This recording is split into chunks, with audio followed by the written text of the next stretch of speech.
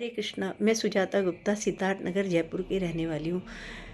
सर्वप्रथम मैं अपनी आचार्य श्रीमती अनीता गुप्ता जी को नमन करती हूँ, जिनकी प्रेरणा से मैं गीता परिचय अभियान से जुड़ी।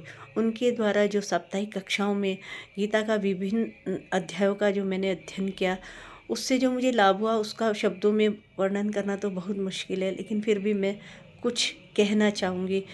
गीता पढ़ने के बाद सबसे बड़ा जो लाभ हुआ वो सबसे पहले मेरी सोच में परिवर्तन हुआ।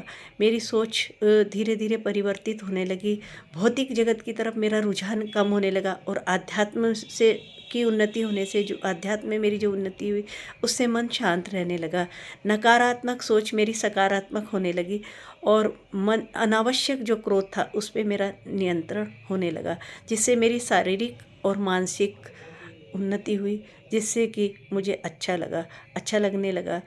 गीता पढ़ने के बाद पता चला कि गृहस्थ जीवन के जो हमारे दैनिक कार्य हैं, उनको करते हुए हम किस प्रकार भगवान को प्राप्त कर सकते हैं, कैसे हम कर्मों को किस प्रकार से करें जिससे कि हम कर्म फल के भागी ना बने, जिसका कि हमें पता ही नहीं था। हमारा तो उद्देश्य केवल स्वर्ग आदि लोगों को प्राप्त करना था, हमारे जीवन का उद्देश्य। लेकिन हमें पता चला कि ये तो हमारे जीवन का उद्देश्य नहीं है।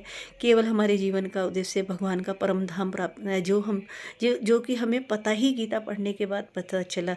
और वरना तो हमें पता ही नहीं था कि हमारे जीवन का परम उद्देश्य क्या है।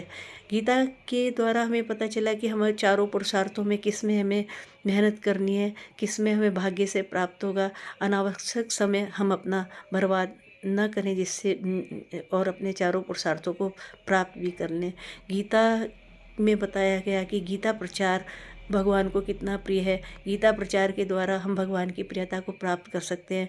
भगवान को प्राप्त करना कितना सहज है, ये गीता ही हमें बताती है। गीता सारे वेद पुराण और उपनिषदों का सार है। संक्षेप में मैं ये कहना चाहूँगी, गीता तो एक महासमुद्र है जिसमें से हम